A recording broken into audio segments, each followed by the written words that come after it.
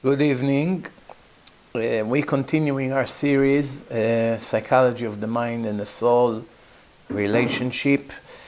And the lecture today is going to be Leilui Nishmat Regina Bat Rachel and Leilui Nishmat Raya Rachel Bat Tzipora. And also for the Refuah Shlema of Eliyahu Orel Noach Ben Judith. And also the Refuat Yuri Ben Galia. A tree fell on him in Los Angeles and he's in coma. Unfortunately, so many tragedies every day. And also to Refuat HaNefesh and a goof of Reuven Ben Yael Yonina, Simcha Chana Bat Shifra, Samara Aviva Bat Shifra, Ahuva Chaya Bat Samara Aviva, Shifra Bat Sivia, and Yaakov Reuven Ben Haika. And anyone else that I forgot, I apologize in advance. So, last lecture, we ended the last lecture with the words of the Gra, the Gaon Vilna, that said that you can never reach the maximum potential that you have from God, from Hashem, and without a woman. Because the completion of a man is when is he in a healthy relationship. And a book of Reshit Chochmah, which I explained, was written 450 years ago by the legendary Kabbalist Rabbi Eliyahu de Vidash. And it's written over there that as long as a person did not get married, his Avodat Hashem is in, it's a little bit, sounds a little bit funny, but this is his words, that his Avodat Hashem is even not reaching a level of a donkey, meaning this is a way to exaggerate, to wake up the people to understand that you better do everything you can to get into your marriage and the unity between you and your soulmate. Okay, so this is where we ended yesterday, and today we continue also speaking about girls from Bet Yaakov, yeshiva girls, that they were basically growing up all the years, and they taught them about modesty and taught them that it's not proper to be in touch with boys, and it's not proper to go into places when they get too much attraction for boys, and all the necessary modesty, learning and teaching. And now these girls reach age 18, 19, 20, these ages that they get married.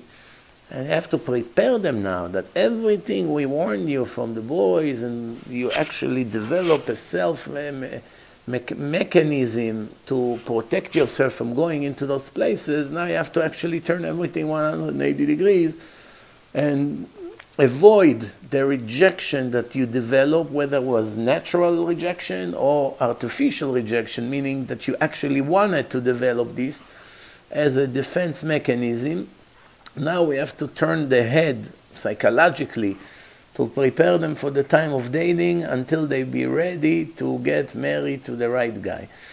One time a guy came to me, an older guy, and he asked me, what's to talk about a woman? What is the point of talking about women? This is what he said to Al Huffman. They are boring. We don't understand anything anyway. I enjoy much better to speak to a friend in yeshiva about Torah and learning. It took a while to release him from this kind of silly thoughts, right? I had to teach him the words of the Tur and the Bach in Even Haezer. The Tur lived about 800 years ago. And so I had to actually teach him the words when it comes to the section when he speaks about women, that in marriages there are two issues, two subjects.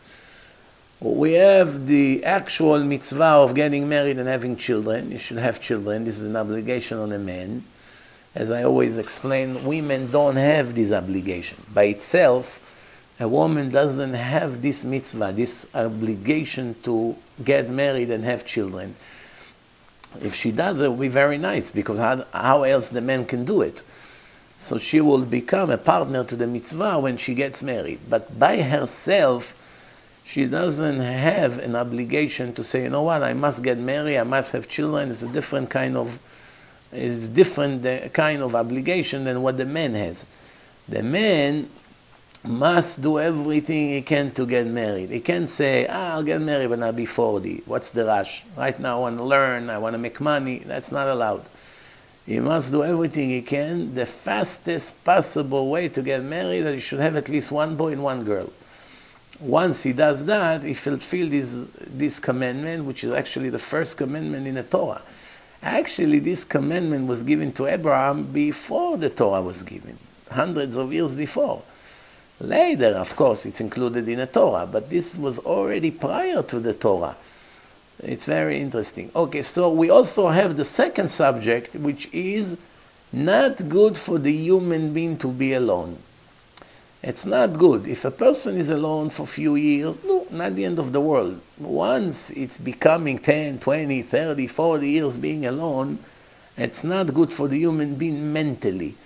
People that live alone for so many years and they have no community, no connection to people, and they're basically isolated, the chance that they go out of their mind is much, much, much higher than people that live with someone or with community, but mainly with a wife, with a spouse, or with a husband.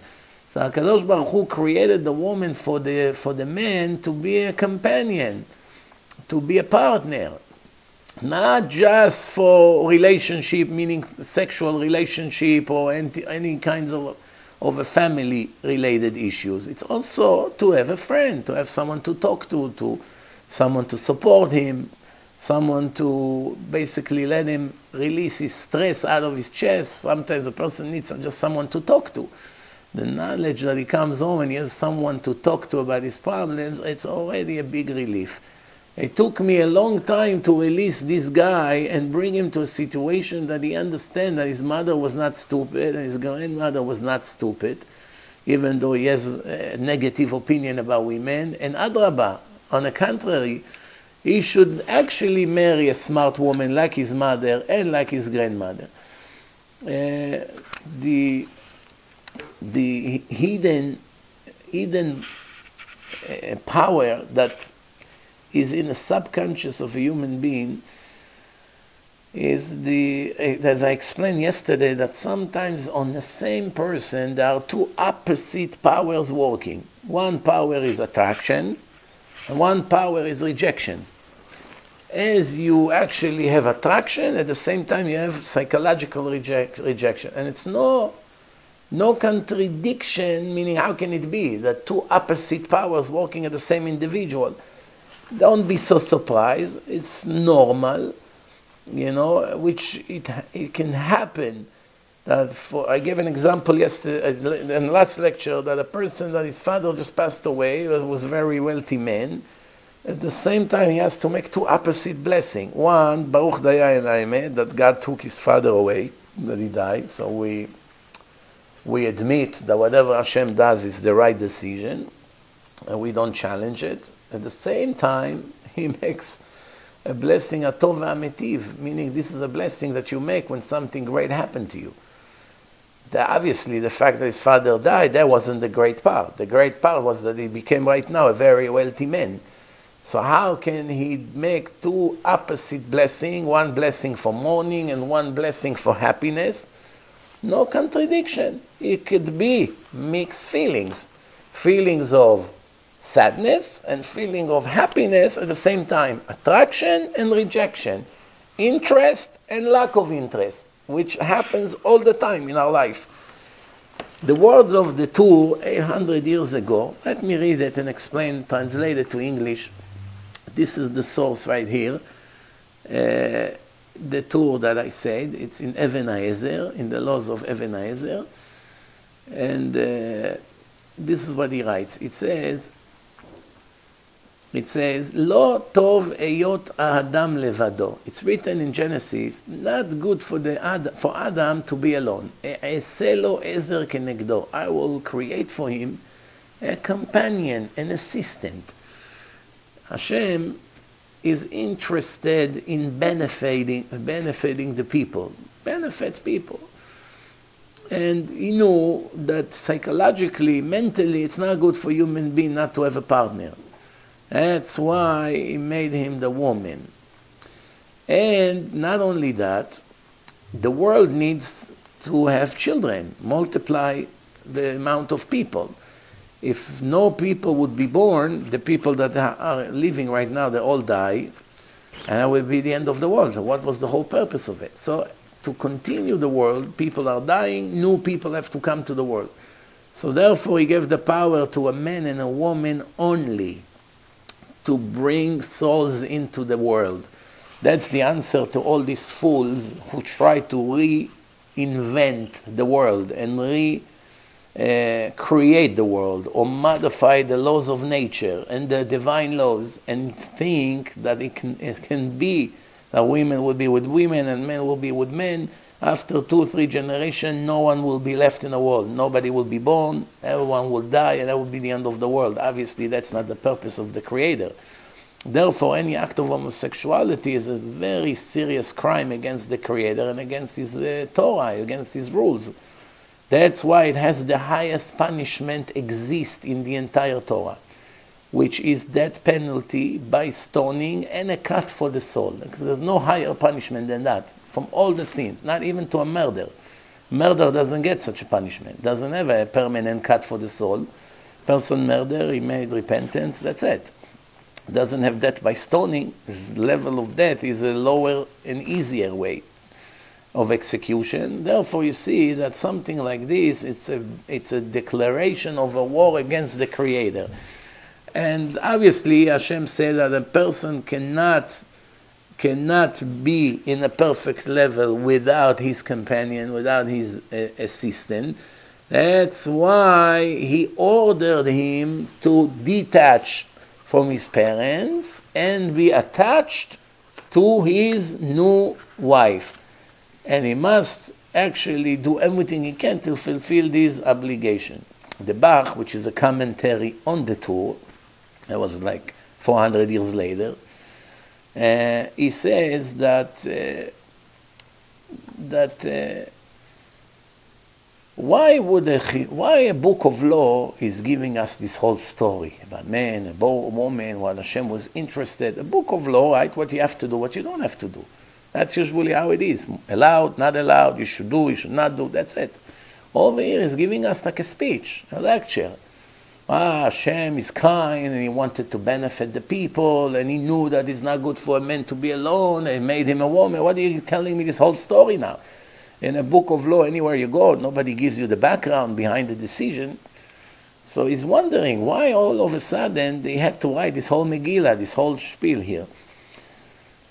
So it says he should have started, a man must marry a woman in order for him to be able to have children. That's the way it should have been. But the reason that they elaborated more than usual right here in the book of law is because there are people that are thinking with their silly mind, foolish mind, that if God made me a companion to help me because he thinks I'm going to be happy with having a partner, I have the right to decide if I'm happy or not, no? You want to benefit me. You want to give me a gift. Kindly, I reject your gift. I appreciate your effort. I appreciate your, good intent and your intention. And therefore, I kindly reject your offer. I rather be isolated, alone. I don't want headache. I don't want people to fight, any woman to fight with me, to give me a hard time. I don't need all this. I want to learn, sit alone, learn Torah all my life, no headache. That's what a person may think. If you want to give me, it's a gift, thank you, I'm not interested in a gift. Therefore, it says that it's an obligation, and a person must understand that it's for his own good, and Hashem knows better than you what's good for you. That's why they needed to give you this explanation that this kind of thinking is wrong. Rav Isaac spoke to me many times about the differences between an angel to a man, to a human being. He said, to be an angel, it's not so complicated. Angel does not have evil inclination. It doesn't have a test. He always do the will of God. is a robot. It's programmed and he does his job. He doesn't have resistance. He doesn't have moods. He doesn't have one day I'm in a mood to do it and tomorrow I'm not in a mood to listen to God and to do what he wants me to. That doesn't exist by angels. So therefore, whatever they are programmed to do, they will always do with the same intent. No resistance, no complaints, none of that thing. Not one day you're happy, one day you're sad, one day you're in a mood, one day you're not in a mood. It doesn't exist by angel. And the human being was given a free will, free choice to even go against God's will. That's a very unique thing. There are 2 million species in nature, 2 million different kinds of animals. Now one of them has the free will to be able to choose against what he's attracted to. You can't convince a lion not to attack the sheep if he's hungry. There's no way. He's right now hungry, he must attack. So a person is very hungry right now. You tell him it's not kosher, you cannot eat it. It's not good, you can't eat it now. A person is very interested to eat it, very hungry, desire it very much, and he knows, I'm going to go against my own will. I'm going to go against my own desire, against my own interest. No animal has this ability to go against their own interest. Whatever is their interest at the given moment, they will always do everything they can to seek for it and to go after it. So that's a very new thing in a creation. That's called Adam. Adam, his name is Adam because it was made from the Adama. Adama means the ground, the sand. From the Adama. That's why his name is Adam. And, he's choosing between good and bad all the time. That's why his level is higher than an angel. He's independent. An angel is not independent. He's a robot. He does what God says. That's it. It's always going to do the same thing. Just like in our days, we make machines, computer, robots. They don't choose what to do. When you press the button, they begin to always do the same thing. So, on the verse, and God said, the human being has the ability to tell the difference between good and bad. Soon he's going, after he already ate from the tree which I forbid him to eat, and he did eat. Now his next move will go to eat from the tree of eternity, life of eternity, and then he would live forever. Onkelos, one of the important commentary on the Torah, he was the son-in-law of Titus, the Caesar of Rome. He came to Israel. He was the governor in the area of Israel. He came to actually destroy Bet HaMikdash, the holy temple. The Romans destroyed the second temple. He was the one in charge. He had a nephew named Onkelos. And this nephew converted to Judaism and later became a huge rabbi, one of the biggest in all time. And his commentary on the Torah is a necessity. You have to review exactly how we explain the Torah. So here is an example how a person can come from a Nazi nation. The Romans were nothing better than the Nazis. They also murdered everyone with cruelty.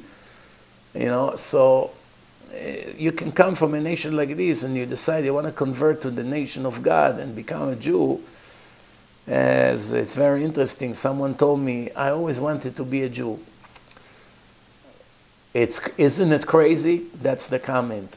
Isn't it crazy? Why it's crazy? Everybody chased the Jews. Everyone wants to torture them. Why would I, as a non-Jew, want to be a Jew? Logically, that's one way to think about it. But there's an opposite logic. Yes, people go after you, people prosecute you, people jealous with you. Of course. But how long? How long are you going to be here? 70, 80 years? And what happened later? You gain life of eternity in the highest place. It was worth it. The persecution, the suffering, which is not always. It's on and off. There are periods of time that it's harder than others. But obviously there's a reward for it. No one does it for free. But you need the character and the power of will to do it, right? So it's very interesting. It says, and God was the only one in the world to know the difference between real good and real bad.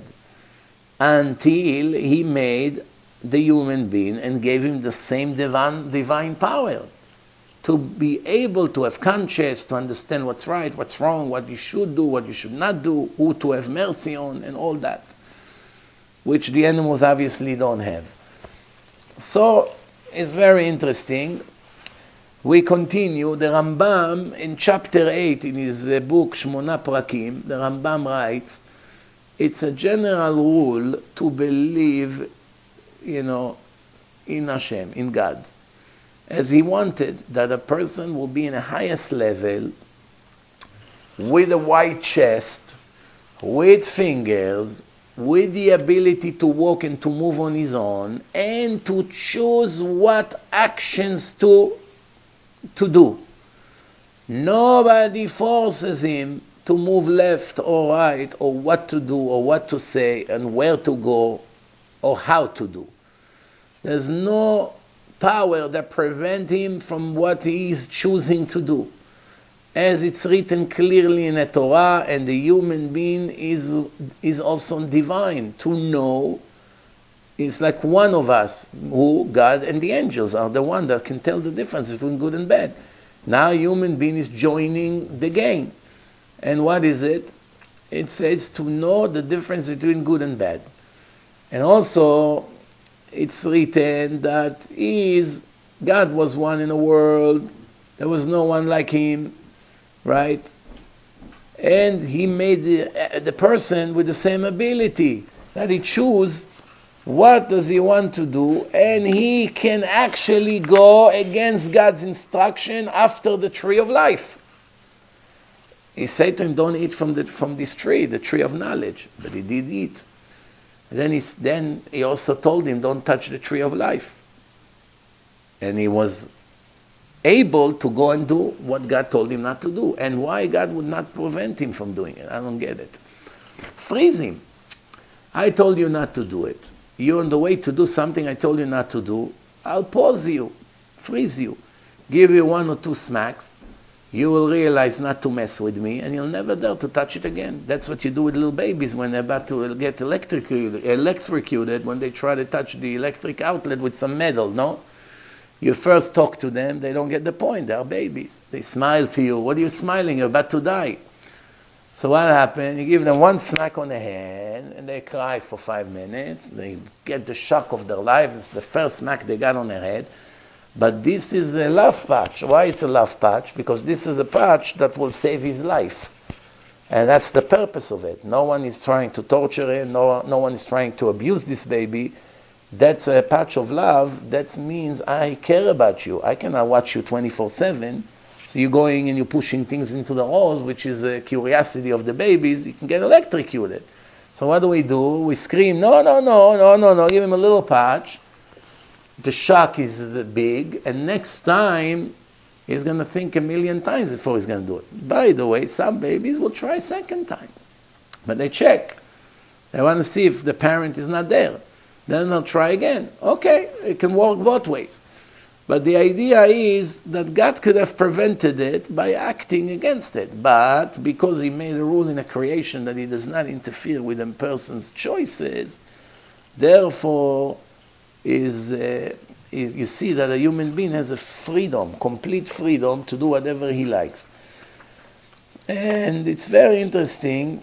As I explained many times, the Rambam said that the intelligence is a servant of your choices. You choose based on your desire, what's interesting you, and the brain goes into action how to get it and how to explain why you want it and why it's good for you and you should do it, you should not give up. All these things come from the lawyer, which is the head, the sechel.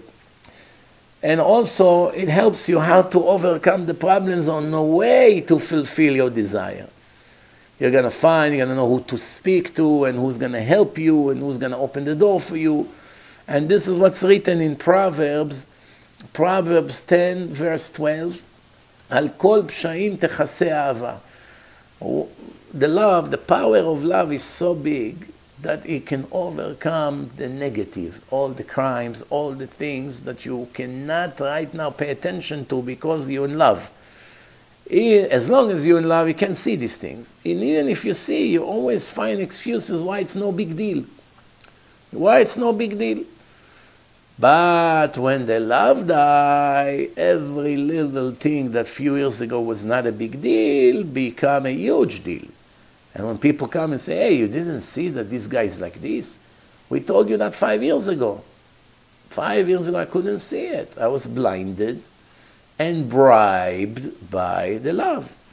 That's what it means. And that's why many, many times when you speak to someone who gets physical bribe, meaning physical pleasure whatsoever, from a man or from a woman, what happened? It becomes a lot harder to ask them to stop their sins. Why is it? Because they're already receiving bribe and pleasure, and the pleasure is a very big bribe, and the person doesn't want to lose it, because everyone in this world is striving for pleasure.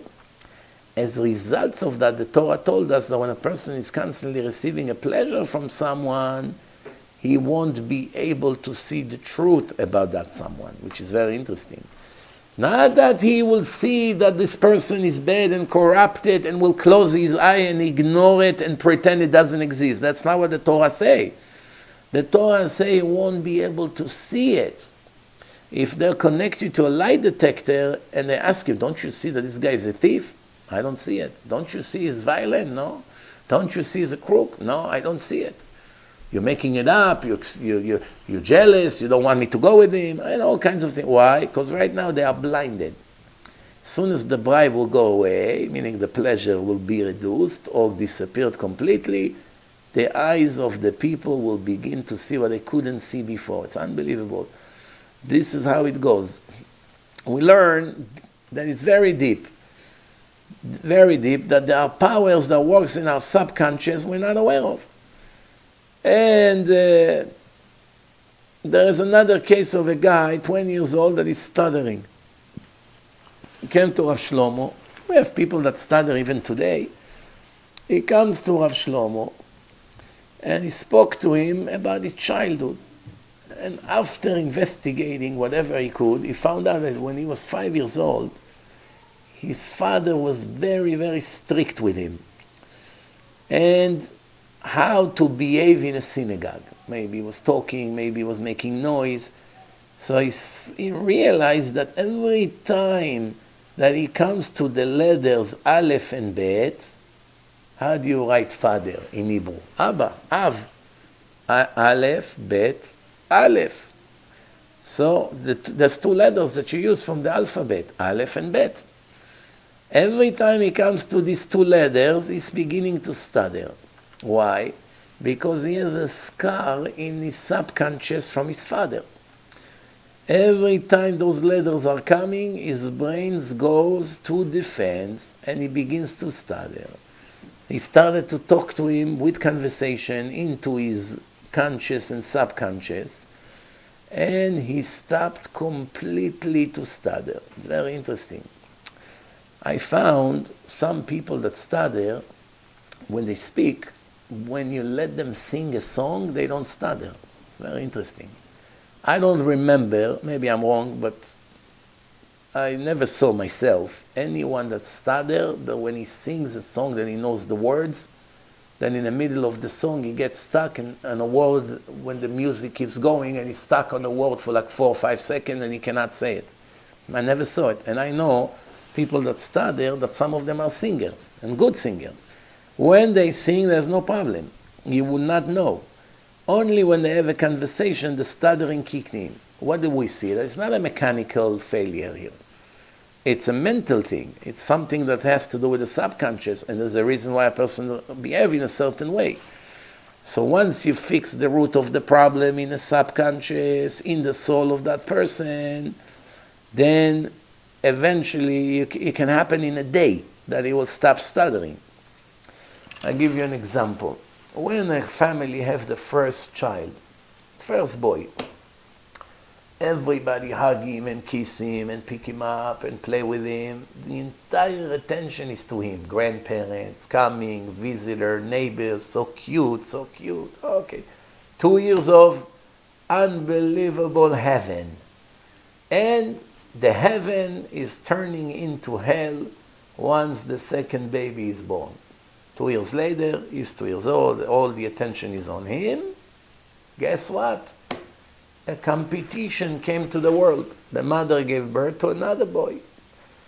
What everyone does, leave the first boy, 80-90% of the attention he was getting goes now to the newborn baby. Everybody hugging him and kissing him, it's going crazy. Hey, nobody pays attention to me anymore. I was the center of the show. Everyone ran around me. Everyone was giving me attention and smiles and playing with me and this. All of a sudden, nobody looks at me. Everybody is busy with this new one. That's why sometimes you see they try to choke them. Sometimes they eat them. But the main thing happen is when the first child see that all the attention go to the second one, things begin to happen to him. Sometimes he will twist his nose to make all kinds of funny faces. And then why? Because once he makes funny faces, the mother all of a sudden has time for him. Hey, what's wrong with you? What happened to you? Why are you making faces? Negative attention. You don't give me positive attention, I'll force you to give me attention. He will do things, will throw things, will break things, will make faces, will cry a lot. He must get the attention. The feeling of having all the attention and one day nobody looks at you, it's a horrible pain for a person, mentally. So what happened? One of the ways the kids want attention, they begin to stutter. They begin to mumble. They begin not to read. Let's say he's 4 years old. They teach him Aleph Bet. But on purpose he does, that he doesn't know all kinds of things. Why is it? Because he, from his subconscious, trying to get the attention one way or the other. I remember one Chacham said to someone that his child was in first grade, 6 years old, very smart boy, but they started to think maybe he's dyslexic, maybe he has some problems, he needs maybe a special tutor, spending $2,000 a month just for that extra besides the tuition to the yeshiva. So he asked his rabbi, what should I do with this boy? He's a smart boy, everything is so clever, all of a sudden he has problem reading, doesn't make sense. So the rabbi was smart. He said he doesn't have anything. He was just jealous that he has a younger brother. All the attention went to him. And he's not so sure if he's loved like he used to be. So what do you have to do? You have to give him all the love. Tell him my love to you is unconditional. You never have to worry and all these things. And you see in a day or two he's going to stop all the stuttering, all the problems, all the mumbling. Everything will be fine. Just like that. Just like that. Give him love and attention for a few days, put your arms around him and see how he's a whole brand new baby. Like was just born. And that's exactly what happened. Even the teacher called, so I don't understand. Not only read, he volunteered to read. Usually he always doesn't want to read because he knows he's having these issues. What's these issues? Lack of confidence. You can be the most talented athlete in the world, and if you have no confidence, you're going to be a total failure. Even though you have the best talent, you're the best player on the field, but your legs are frozen, they're very heavy. It's like lifting a refrigerator. Why is it? The coach took away your confidence, the audience is cursing you, all kinds of things that happen. You're totally frozen. You can't really function. Why is it? Because you lost your confidence. You're afraid to touch the ball. If somebody passes you the ball, it's a nightmare. Wow, how fast I can get rid of the ball. Why? Because I don't want to make mistakes. He lost all his confidence. Give him confidence, you won't recognize him. It's all about confidence. Basketball, the same thing. He has confidence, the balls will go in. He's shaking, his hands is shaking. Because of different reasons, all the balls will be out. And every ball that will go out makes his lack of confidence worse. It's all about confidence. There was a case in Lower East Side. They invited a band to some wedding to play. The band was first time on a stage. Musicians, but first time playing together in a wedding. And they started to play, and it was horrible. The first 4 songs, totally off tune, mess up, the violin goes right, the drums go left, the guitar goes up, the piano goes down. The people started to realize that this band has no idea what's going on. And they started actually to get irritated. What is this? What are you're pretending you are musicians? You're coming to play, you don't know how to play? They're going crazy, the guys. They're sweating. They were all literally about to cry. Lucky them, the huge, big tzaddik Rav Moshe Feinstein Zatzal was there. And he realized what's happening. And he got on the stage, in the middle of the show, to shake their hands. And he said in the microphone, I want everyone to know that I enjoy very much the concert. It's beautiful how nice you're playing, guys. You're bringing us a lot of pleasure over here. So, please, let's give them a round of applause, for this wonderful band. Thank you for coming all the way here to play for us. We're very grateful. Everybody got up and clapped. That's the hypocrisy of this world. As soon as a great person asks, everybody already forgot about the Renger. And everybody got up and started to clap. From this moment on, you did not recognize the band. You have to see how they started to play. That's when the talent came out. What happened to the talent before was frozen. Hands are frozen. The guy with the drums can now move his hand. The piano guy forgot already from the stress. Why? It's all about confidence. Confidence is very important in life. If you have confidence when you get on a stage, you will speak 10 times better than a day that you don't have confidence. Sometimes when you get on a stage and the people are not the smartest in the world, you are not nervous. Anyway, nobody here understands anything. Whatever I will say, they'll be happy. You don't have stress. You give the best lecture of your life. Why? Nobody intimidated you. But now they're inviting you to speak to big shot sharks, learners, people that are very big. Now you begin to shake. Wow, every little mistake they're all going to realize. I'm not talking to students, I'm talking to professors over here. Because of the stress and lack of confidence, he will make mistakes. Why is it? Not because he didn't know. Because he lost his confidence, knowing that somebody over there may not like what he has to say, because I'm not talking to beginners here. This is how it goes. Everybody knows this is how it works. But not always people understand the importance of confidence. So, when we go deep, we try to understand why this guy is stuttering every time he's saying Aleph and Bet, and releasing the stress and the scar that he had from his father, from his childhood, made him stop stuttering completely. I started to give an example of a singer that when he sings, he is not stuttering. So how come? How come? You speak now for 5 minutes without one stutter. Why is it? Because he knows the words in advance. His brain doesn't have to think what to say. He already automatically knows the words of the song. So he comes automatically. Thinking and speaking and thinking what to say makes the brain more stressful. Especially if you don't have 100% confidence. You have to think what to say. That's why you get stuck. It's like a shortage in electric. But if you already know what you have to say, you don't have to think what to say. It comes naturally in a song, automatically you don't stutter. So where do we see? The stuttering is not from the mouth. It's not from the tongue. It's not from the lips. It's not from the throat. It's 100% mental, meaning it's something more spiritual than physical. We move on. As we explained, there is such a thing called defense mechanism. Meaning, a person is not aware of it, but it automatically runs to protect a person from certain scenarios.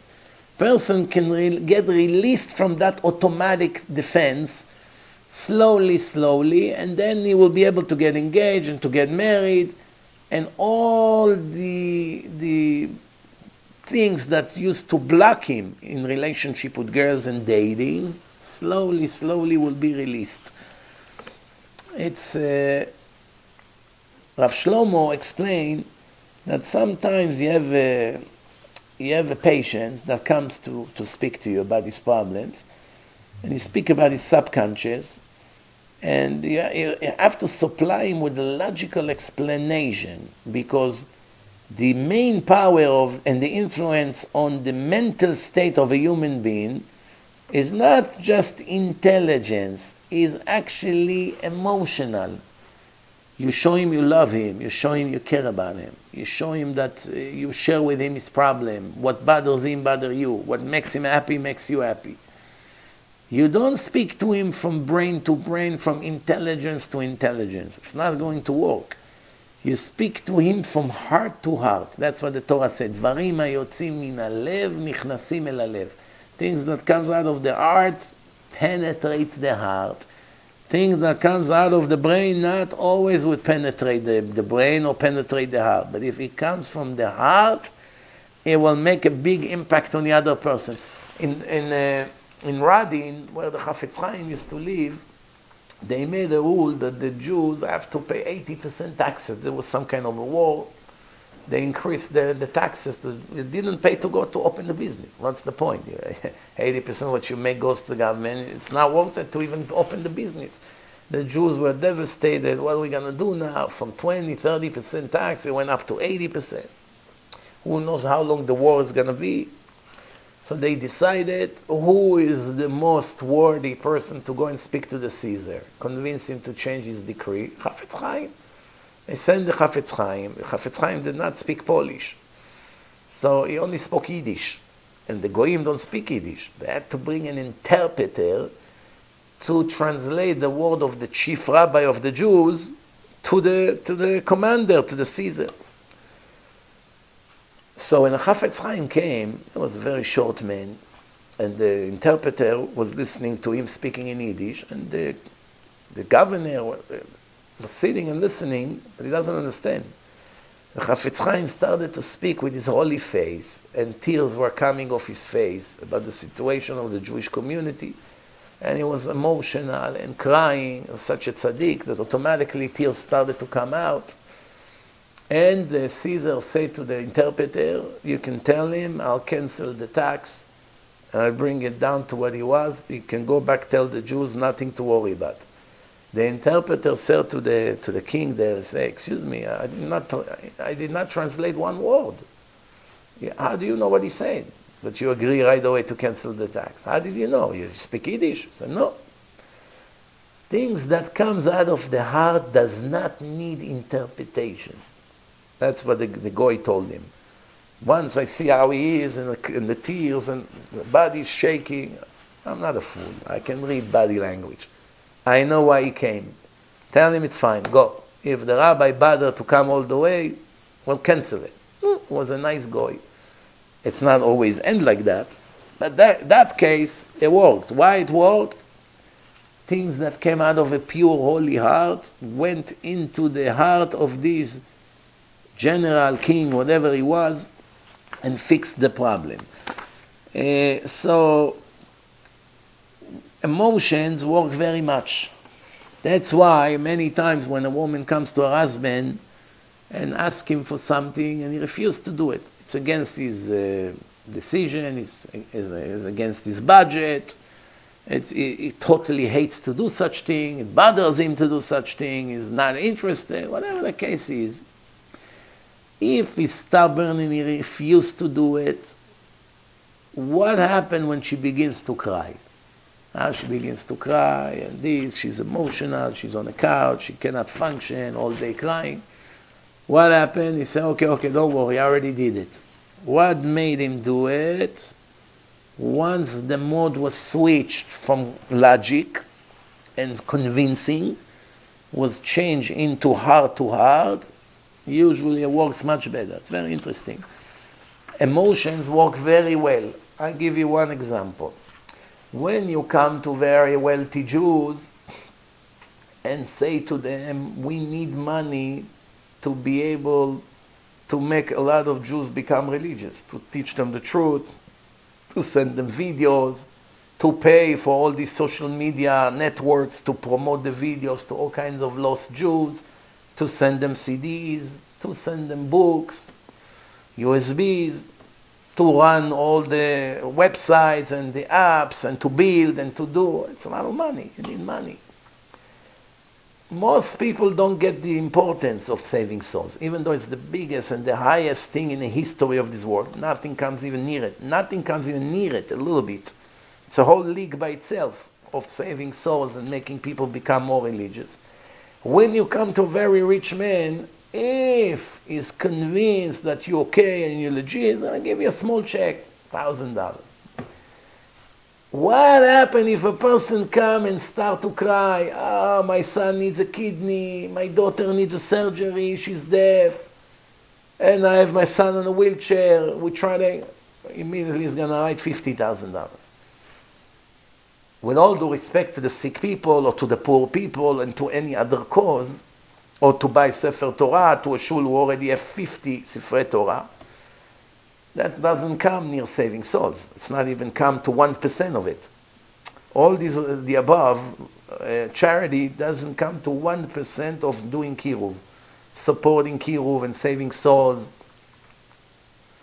But when you do Kiruv, you don't come and cry to the people, oh, I'm begging you. So there's no emotions here. It's logic. The person's logic is defected. He doesn't understand, so you write a small check.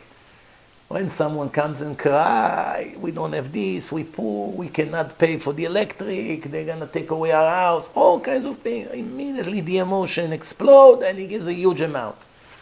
Emotions has a very big impact. Soon as a person begins to cry, everything changes. It's very interesting because you see right away, one time there was one big rabbi in Israel, one of the biggest, and he was convincing a rich man that was barely religious, very, very modern. He was convincing him to send money to the guys in yeshiva that learns Torah, or to put guys in yeshiva, and he did not want to send. He told him, it's not pikuach nefesh. If it's pikuach nefesh, then I don't have a choice. This is not life risk. Why should I sponsor them? Let them go to work. I don't care. Let them learn half an hour a day, an hour a day. Why should I pay for them to learn Torah? Didn't understand the importance. What did this rabbi do?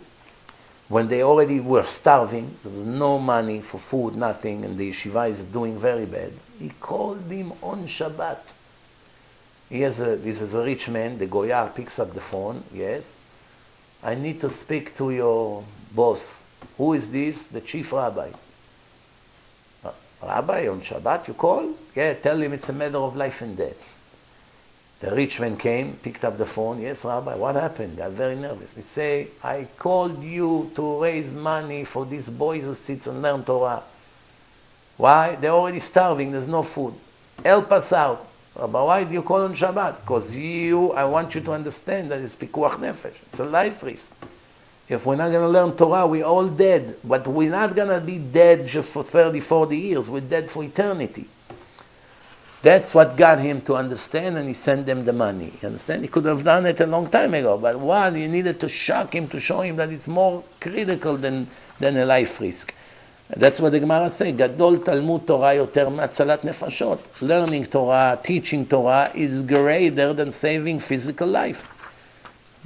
By far. Go and explain it to the ordinary, ignorant people. Ask him, who is a greater person in the world? Someone who teaches Torah in yeshiva, on lectures, on CDs, in books, or some Hatzala person who comes and save life and give people shock and bring them back to life and rush them to the hospital every day. Everybody would answer, of course, the guy or the doctor, or wow, look, they save life. It's very nice of him to teach Torah. But what does the Torah say? There's nothing to compare. It's an insult to compare. It's an insult. It's total ignorance to even compare such thing. That someone that saves the bodies of people, you're even comparing him that someone who saves the souls. Nothing to compare. The Gemara says if a person has time to look for a wallet of his father or his rabbi. His father and his rabbi, they both lost their wallets. They're all looking now. The son obviously wants to help his father, but it's also his rabbi's wallet. They're both missing. So you can't do both at the same time. You either go to the direction of your father where he lost his wallet, or to the direction of your father, of your rabbi. What is the law? You must go and help your rabbi before you run help your biological father. So everybody asks, how can it be? So you have to respect your parents, no? Of course.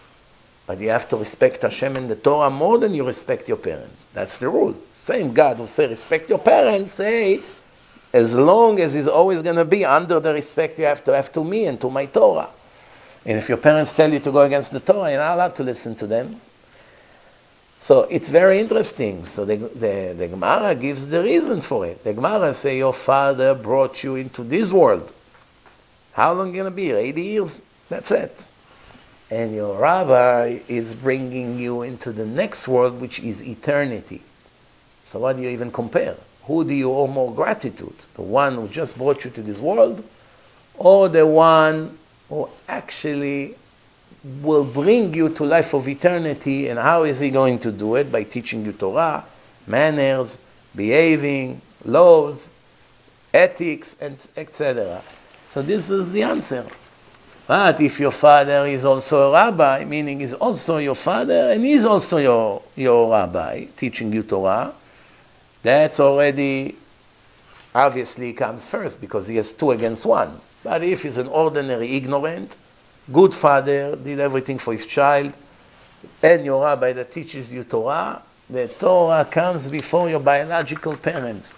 And that's what a lot of people don't understand, because they think with their feelings, with their heart, not with their head. If they would read the instruction of the Torah, then they understand what God said. The problem is when the emotions overcome the logic. That's where the problems begin. Now we move on.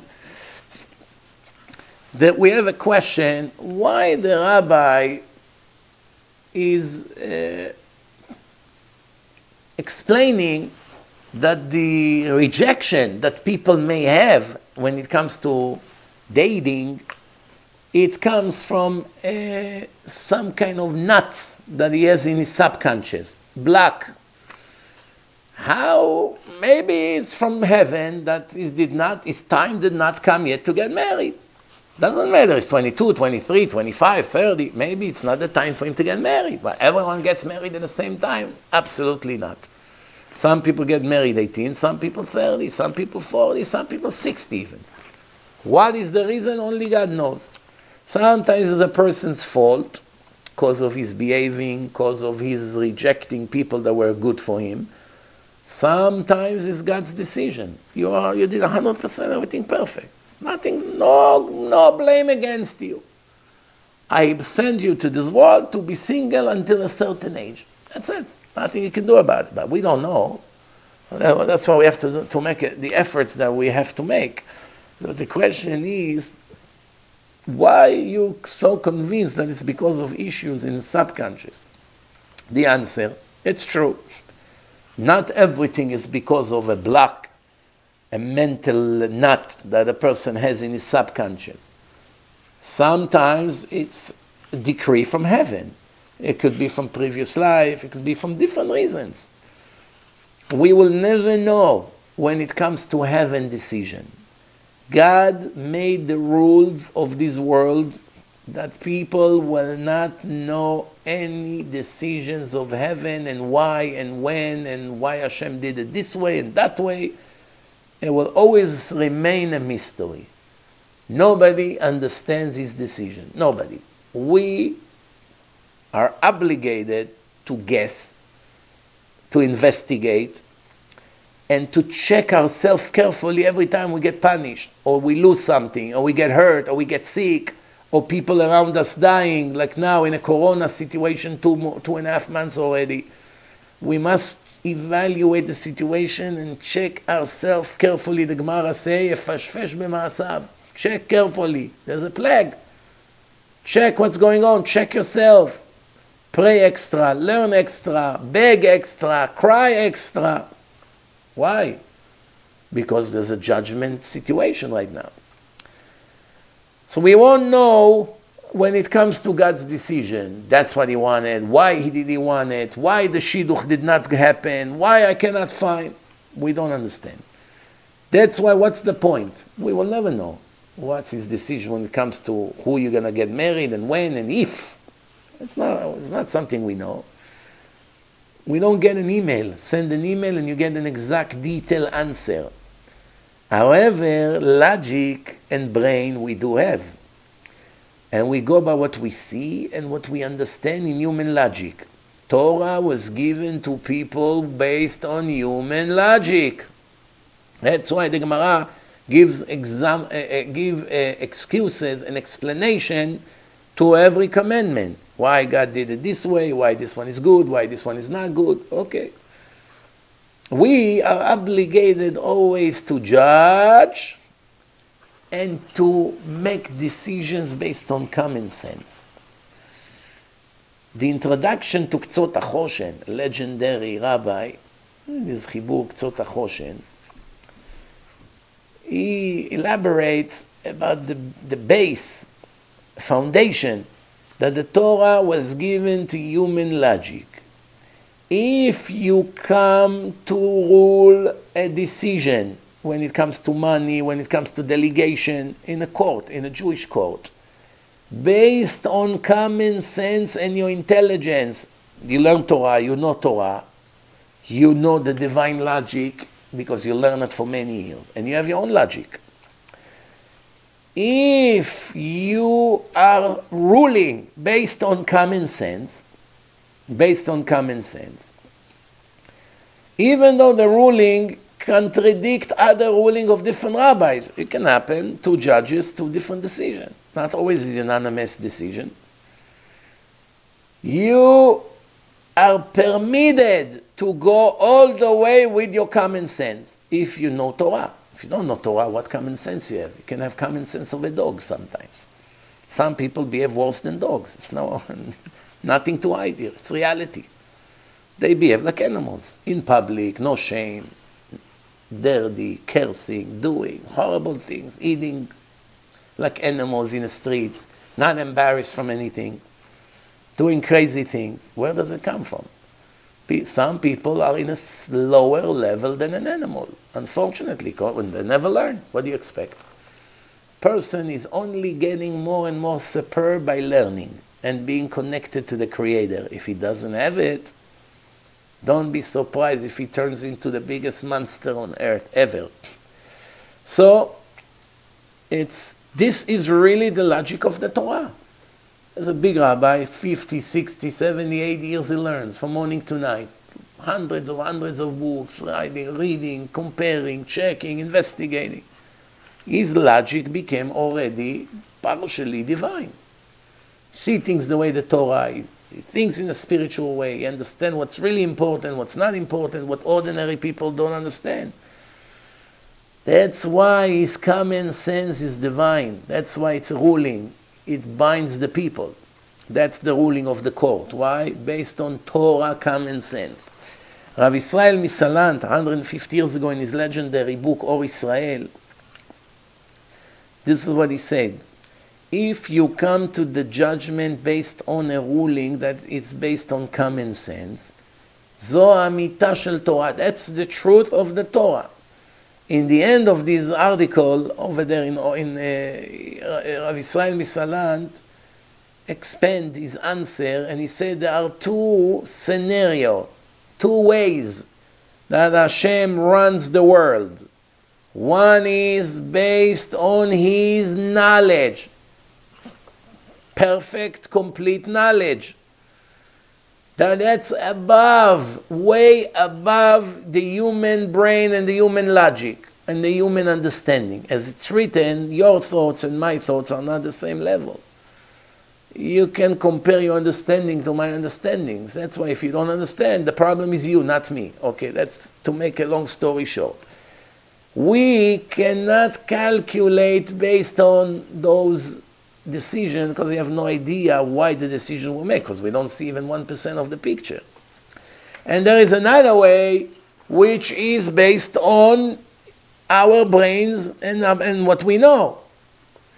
We are obligated to follow the common sense of our brain. Why don't you eat it? It can be poison. Why don't you go out to the shul? How do you giving up praying in minyan in a synagogue? Do I want it? No. There's nothing I want more than to go to the synagogue and scream Amen Yeshme Rabbah, or to do Kedusha and to say Baruch Hu and to pray with my friends. Why don't I do it? There is a 1% chance that every time I go someone will die. At least 1% chance. There will be 50 people there. One of them could be sick, give it to you, you give it to someone else, you kill him. Or you have it, you don't know it, you give it to someone else, he die, or if he doesn't die, his father will die. If his father doesn't die, his grandfather will die. That's how thousands of people die. Negligence, reckless behaving, that's against human logic. Why people do it anyway?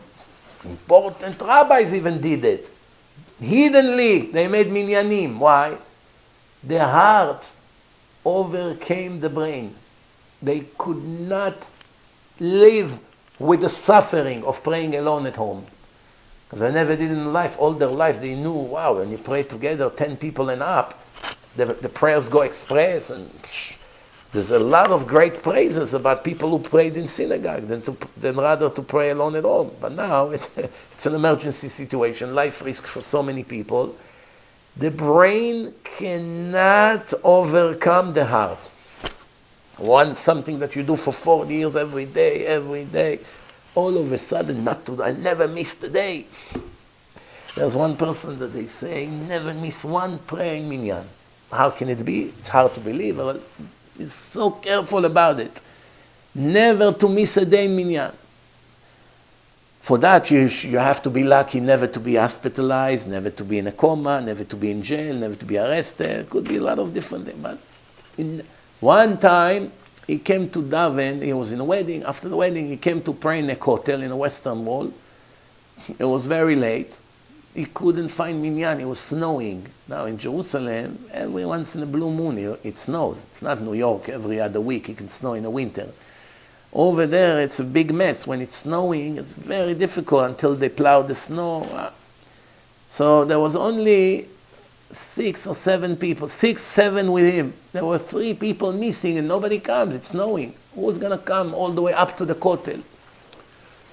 So he called the taxi company, religious taxi company in Yerushalayim, and he said, send me a driver.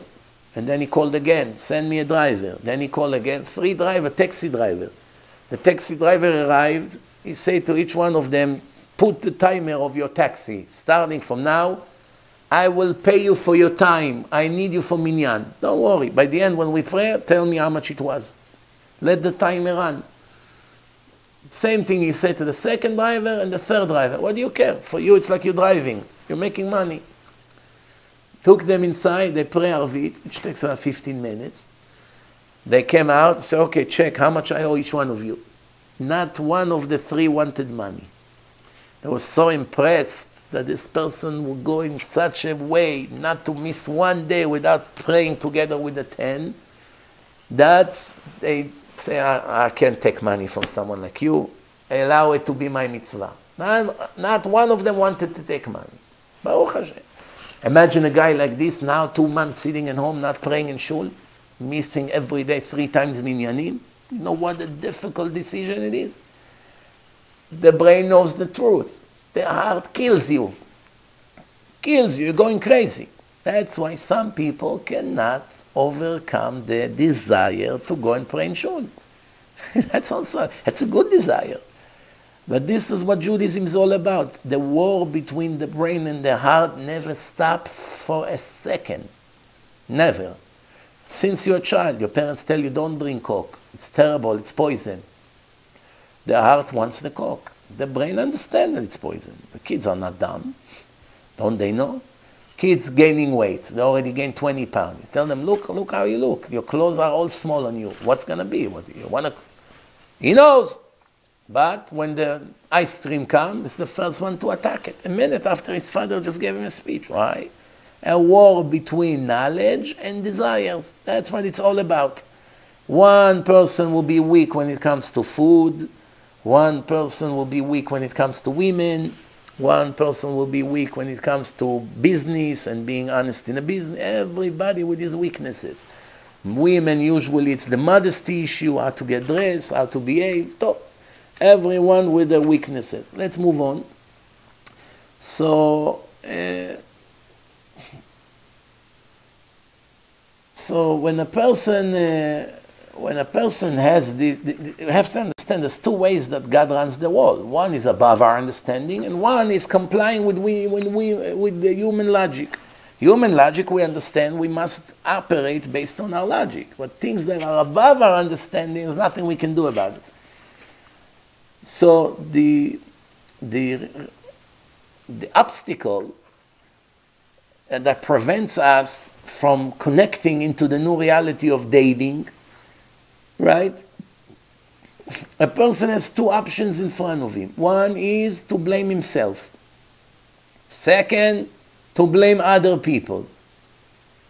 Usually because it's so difficult for a person to carry his own difficulties, to live with the feelings that I'm a failure, or I'm a loser, or I'm failing, or it's my fault, or look what I've done to myself.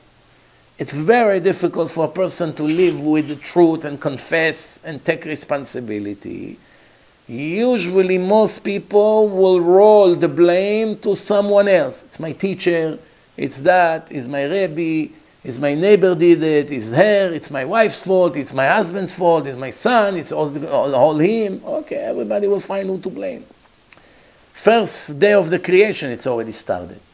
Adam blamed Chava, Chava blamed the snake, everybody blames everyone. So a person is much easier for him to give an excuse that it's someone else's fault than to take the responsibility. So what would he say? I don't like her.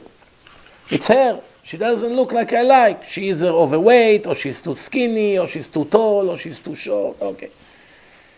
By saying that he doesn't like how she looks, or she's not smart enough, or whatever the case is removing from his conscience the guilt. It's not my fault. What do you want? I will go with someone I don't like? So I'm okay. I did not do anything wrong. Remember, this is all in the subconscious. He doesn't understand that it's coming from his subconscious. So that's why it's preventing him from getting in a connection to get married. So he will always find excuses. It's her father, it's her family, it's her accent, it's her clothes, every day something else. But the truth is, everyone in the world that is getting married could have found a lot of problems in his future spouse. There's no such thing perfect. But from the brain, from the intelligence, there will always be problems. She's not enough this, she's not enough that, he's not enough. There's always going to be problems. But people understand, listen, what am I looking for? I'm looking for a human being, not for an angel. This can never be perfect. So, why people still get married? Everyone that got married for sure found something bad in the woman he got married to, or in a man she's getting married to. They found some issues. Why the attraction overcome the rejection? Why? Because once you fall in love, the rejections become minor. That's the difference. That's why we always tell people, and I always tell it to people who ask me, and Baruch Hashem, after I started this series, much more people now asking me about this. Finally, they open up to realize what's the reason they're not getting married.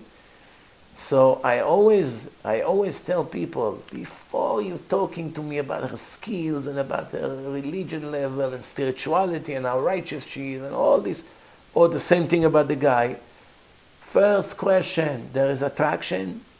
You went out on a date, you felt something, you like her, you want to be with her, you want second date? Not really. Don't feel anything. Everything about her is great. Great girl, religious, modest, good family, very nice behaving midot, great background. My rabbi, I went out with her 4 times, and my heart does not feel anything. So I ask him, if they tell you now that she's not interested to continue, you will be broken at home or no? Absolutely not. If they tell you the next date will be in 2 months, would you be upset? No. I'm not looking forward for the next date. No. Someone like that can get married. Of course not. It's not the right shidduch. Nothing is waking up. So, once the love starting and the feeling and the romance and all these things, al kol pshaim, everything that is negative, the love will cover and sugarcoat it. Don't worry, you're not going to see anything. If you see and it's still a pain in the neck, it bothers you, that means there's no love. Once the love and the connection between the souls will happen, it can happen sometimes after a week, it can happen after 3 weeks, a month, 2 months, it can happen. If it didn't happen, every little thing it's a burden. Can't live like that. Therefore, in a situation like this, when there's rejections, it could be from your subconscious, maybe go to your rabbi and open up all the cards on the table. Speak. Talk about things. What could be the reason that you have natural rejection in your subconscious? The Gemara say, when a person has pain, he does not want to go to the hospital. That's the first reaction of people. No one is interested to go to hospital, at least not for the first time. Meaning there's psychological fear. I'm not talking now in days of Corona, you can go there healthy and come out dead, which is obviously a big risk. So if you have to go to hospital, you don't have a choice, you go. But if there is a way, better not to go, right? So it says that a person does not want to go to the hospital. He is convincing himself that he's fine. He will overcome the problem. The doctor exaggerates. But the problem is, a prisoner does not release himself. A prisoner needs someone else to release him. You can't release yourself. You need the mercy of other people to open you the door. Why is it? This is a rule. Same thing as a patient, someone that is sick, is not a doctor of himself. He needs someone else to help him. The problem is that a person not always wants to receive this help. This expression comes in the Gemara in page Masechet Brachot, page 5, that a prisoner is not releasing himself from the prison. There is situations in life that a person cannot actually help himself. Sometimes you can help yourself. Sometimes you can't. That's when you need another person. They use this expression over here for one reason. What is the reason? That if you see that every date you go out, you always have rejection, that means you have problems in your subconscious from the early age. That you actually automatically develop resentment from women or from men, something that could have happened to you in your childhood. And believe it or not, sometimes even it's from past life. If a person put a show that is perfect, full of pride, is the best, full of confidence, something is not right. It's very possible that he's very fragile and weak inside. This show is a cover-up for his real situation. His way to handle his problems is to convince himself that he's fine. And it's all an act. Many years they sent a guy to me, very talented. He spoke with overconfidence. That everything by him is perfect. Rabbi, I don't have any problem. I promise you, I'm all perfect. Nothing. I tried to soften him up and make him recognize his conflicts. And out of nowhere, he burst in tears and started to cry hysterically. And then he said, Rabbi, don't you think I know that everything you told me is true? Of course I know. I know who I am. I'm doing a lot, whatever I can, to overcome these feelings, these weaknesses of mine. And then you come and you push it in my face and ruin my entire confidence that I supposedly build up. For that I came to you. You have to shove it in my face to tell me how weak I am here and how bad I am there. Don't you see I'm trying to overcome it by pretending that it's all fine? The world is a stage and people are actors. It's a well-known saying. So, when we're going out and meet right? And there is a feeling of rejection. How do we know if this rejection is legit or is a false rejection? It should have not happened. We can fix the problem. Maybe it's because of the subconscious and things that happen. There's nothing to do with this girl or this guy. Now we have one major difference between rejection and to lack of attraction. If there is a rejection, we have to analyze deeply and find out the source. If there is really something that bothers, or it's defense mechanism of the brain to prevent the attraction. The test would be that the more we date, this rejection has to be reduced. Every meeting, less and less and less, until it's gone completely. That's it. I had rejection? Oh, you forgot? It took you 20 dates until you married me. Wow, I don't even remember. Oh, of course. It took him 2 months to get out of these rejections that he had in his subconscious. Nothing to do with her. So every date has to be better than the one. If you see 2-3 days nothing get better, that's not right. So sometimes, even if there's no attraction coming, the fact that the rejection disappearing, still no attraction, but there's no rejection anymore. It's already an improvement. That means that there was really no real rejection, not for real reasons. It was the defense mechanism. What you understand in your head that you are not attracted is because of those rejections that you have in your subconscious. Because you convince yourself not to think about women is bad, women are stupid, women are a waste of time, what am I going to talk to her, I have to focus on Torah, she's only going to make me distracted, my mind from the Torah. That's how he thought when he was 12, 13, 15, 17, 18. Now things are supposed to change, and that's why it still takes a little bit longer than the way it should. Now, we have, after we have this understanding, and time is running out, now we have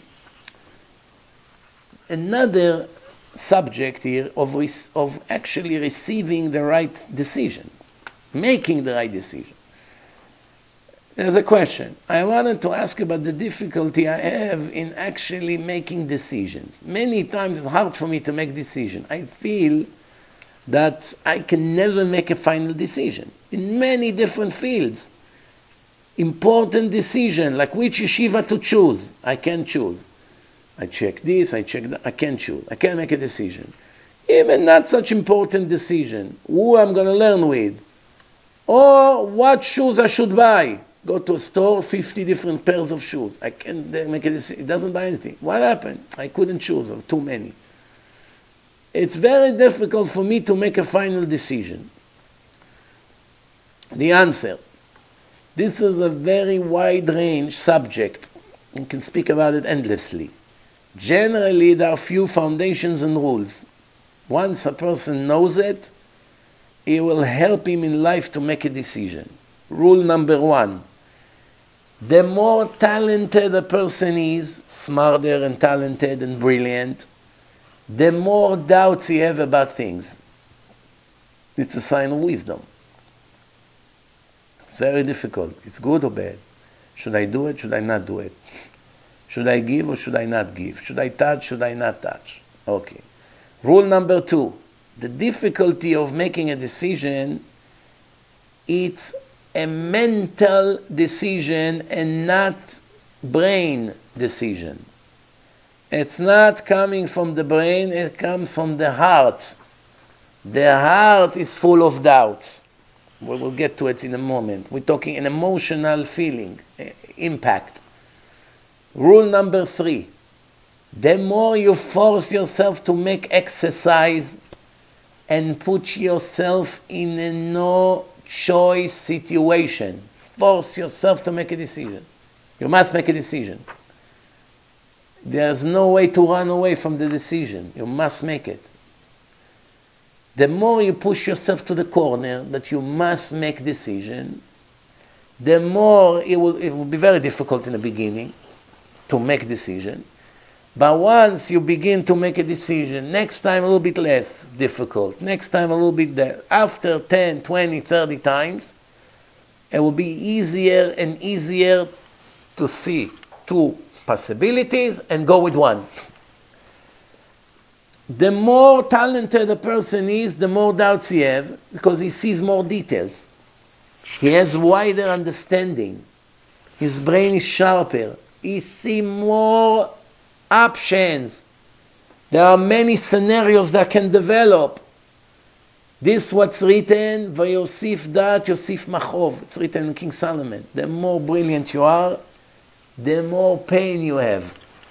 Stupid people never evaluate their wicked lifestyle. They'll never sit with themselves sad and think, what a loser I am. They are so stupid that they never get to that situation. Why? They don't think. They just push it away from their mind and they live there like animals. Whatever happened, happened. Smart people, they stop every once in a while to think, what am I doing wrong?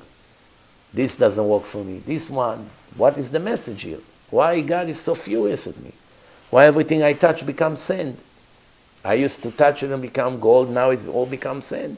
Why this and why? And it begins to think. Maybe it's because I behave in a house like this, maybe in a business, maybe with my customer, maybe I don't learn enough Torah. He thinks about a lot of options. So the more options he knows, the more he thinks, the more doubts he has. Maybe it's this, maybe it's that. And it's very painful. Very painful. Chazal say, our sages teaches us, if you don't have da'at, we have chokhmah, bina, vadat. Chokhmah, it's regular intelligence. Bina, it's wisdom, the ability to understand one thing from another. And that is whatever you learn with your chokhmah, with your intelligence, and whatever you learn with your wisdom, the ability to understand one thing from another, you take this information and translate it to actions, which is the hardest thing in life. Many people are brilliant in their knowledge, in their understanding, but in reality, they are the most wicked people. Totally. You have to see how they live. Drugs, wild lifestyle, horrible end they're going to have. But they know everything. They even enjoy sometimes to learn. But they are under horrible impurity. Why? That, they don't have that. And the Gemara say, if you have that, you have everything. Doesn't matter what you have, a house, you're married, you're not. It's all important, but nothing compared to this. This is the most important thing in life. You have that, you have everything. You don't have that, you don't have anything. You can own half of the world. You can be a king of a country. You can be Bill Gates, you can be, I don't know, Warren Buffett, you can be Michael Jordan, you can be anyone you want. If you don't have that to translate into spirituality, into actions, you are in an equal level like a dog, like an animal. A monkey. A monkey will always do what his desire tell him. That's why the Gemara said, Dat kanita ma chasarta. You have that, what do you have missing? Nothing. Dat chasarta, you don't have that. Ma kanita, what do you have? Zero. Everything you think you have, it's an illusion. You don't have anything. Why? Because you're a total failure when it comes to your test and your purpose of life. You didn't even touch your purpose. And this is not only Jews, it's also Gentiles. Some Gentiles have that. It's smart to know what to do, what not to do. They don't want to go one day in front of God and be judged for their nonsense. And some Gentiles are very stupid. They'll never think. They only want the beer and the alcohol and the sport and the football and the 4th of July barbecue and the beach and the tattoos and the clubs. That's all they have in mind. Nothing in life. No values, no ethics, no conscience, no calculation about where am I heading, no timeouts to evaluate what I've done right or wrong. Nothing. Same thing by Jews. Empty head. Many people have empty head. Nothing. It's unbelievable what you see. And today, more than ever, very difficult to find people with head on their shoulders. Very difficult. You see, by conversation you have with people. I speak for 25 years. I remember people I used to speak to in Israel 20 years ago. It's only 20 years ago. What's 20 years? It's not even a generation. Conversation I had with secular people 20 years ago, and conversations that I have with them today, it's like comparing diamond to glasses. It's nothing to compare. People 20 years ago, the argument was a whole different level of intelligence. They could understand, they could answer back. Today, what you speak and what people answer, you see the brain is totally brainwashed with spiritual cancer of the internet and the social media and the emptiness and all the things that they are involved with. That they can't handle a 5-minute spiritual philosophical argument. They don't even speak to the point. You speak, you give them a proof, they don't understand that it's a proof. You ask them a question, they don't understand it's a question. You tell them, if this is the case here, over here, it will be needless to say. They don't see the connection. It's like the brain is burned. Many of the reasons for it is because every other person smokes drugs. This grass that people smoke, marijuana and all these drugs, burn the brain cells and make permanent physical damage to the brain. It's just a computer that the hard drive is partially damaged. It keeps getting frozen. It keeps getting delayed. It keeps shutting off. Every day different behaving. Why? The hard drive, which is the brain of the computer, is damaged, and not always you can fix it. And that's one of the reasons is the drugs. The way people are addicted to all this smoking, every other person, they have no life. They have to constantly let something control them. And that's where they end. It's very interesting. I don't know, for people who listens to me for many years, many years ago, I had a case with an Israeli brilliant guy, not religious, Giora Kuczynski, his name. Ashkenazi Israeli, he came to one of my lectures. The lecture back then used to be until the morning. I used to speak until 5, 6 in the morning. And people would sit with me arguing to the morning. Well, sunlight already. This guy had a photographic memory. To make a long story short, I spoke about it in other lectures. He told me, you can write any amount of digits that you want. You give me a minute, let me look at the page, and I'll tell you all the numbers from right to left, from left to right. And then he told me, I remember all the telephone numbers I heard in my life since I'm a child until now. And back then he was in his 20s. Any telephone number I heard, I can tell you. I don't need to write. I don't write I have everything in my head. Yes, super computer is head.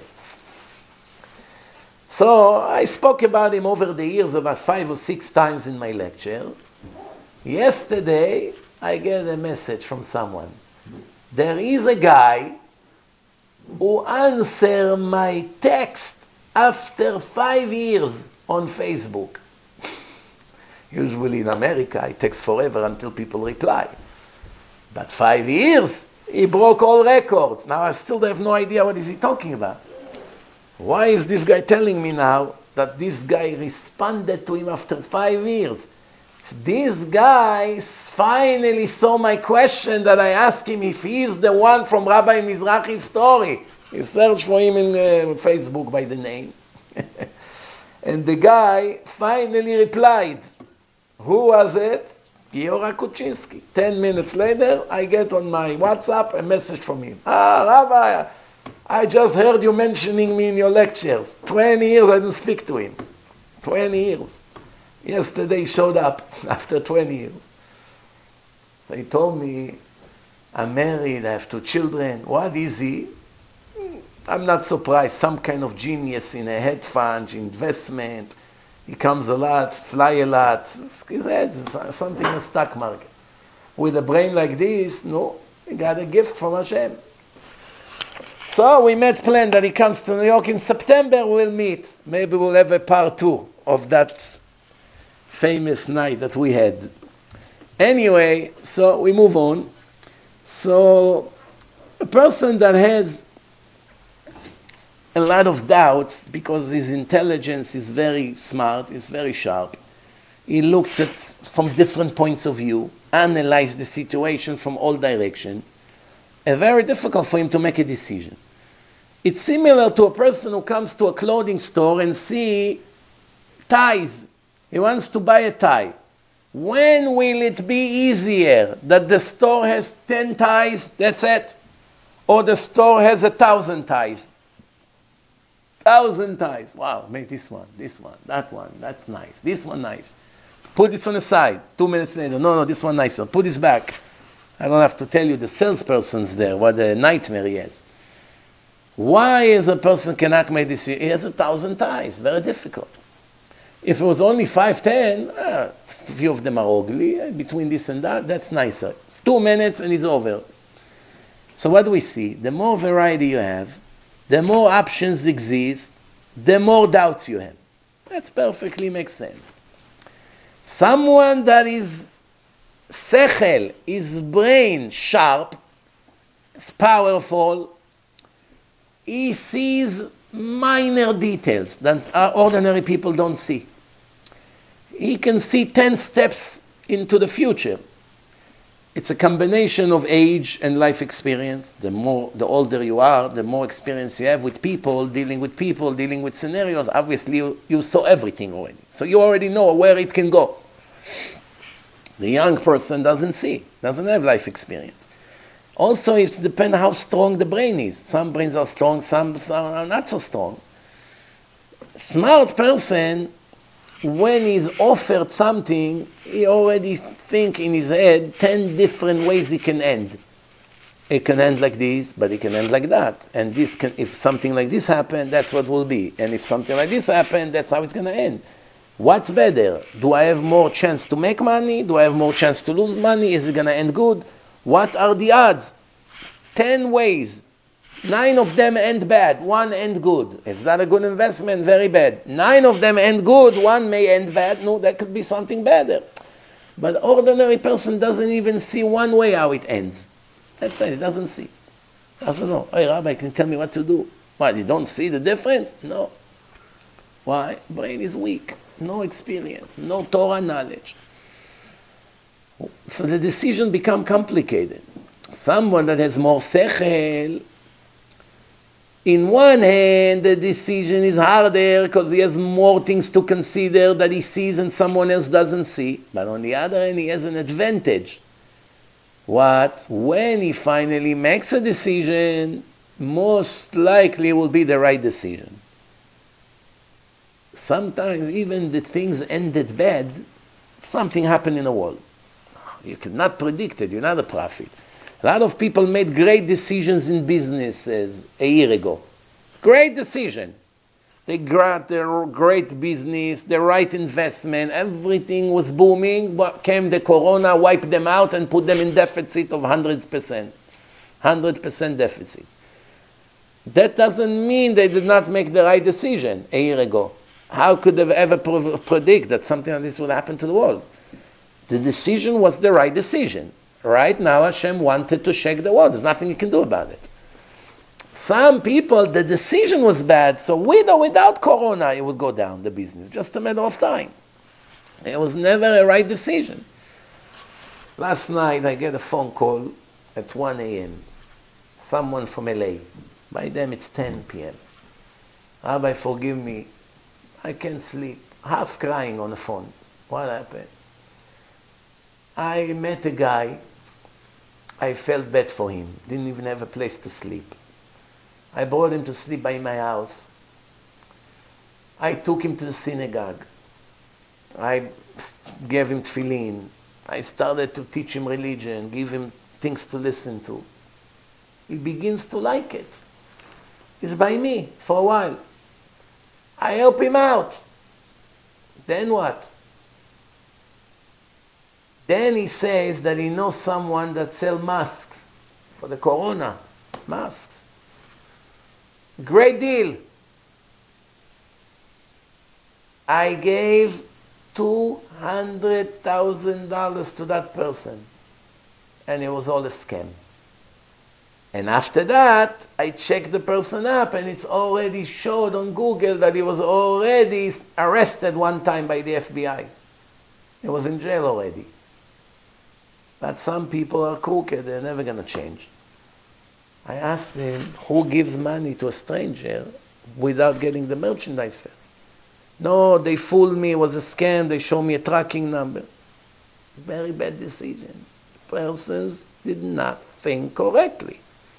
So I asked him, usually you ask me questions. How didn't you ask me about this? I would save you in a minute from it. I thought, tell the person, no problem, here's the money. If you want, I'll put the money in the bank, escrow, letter of credit. The money is ready for you. Once the merchandise will be inspected, you get your money.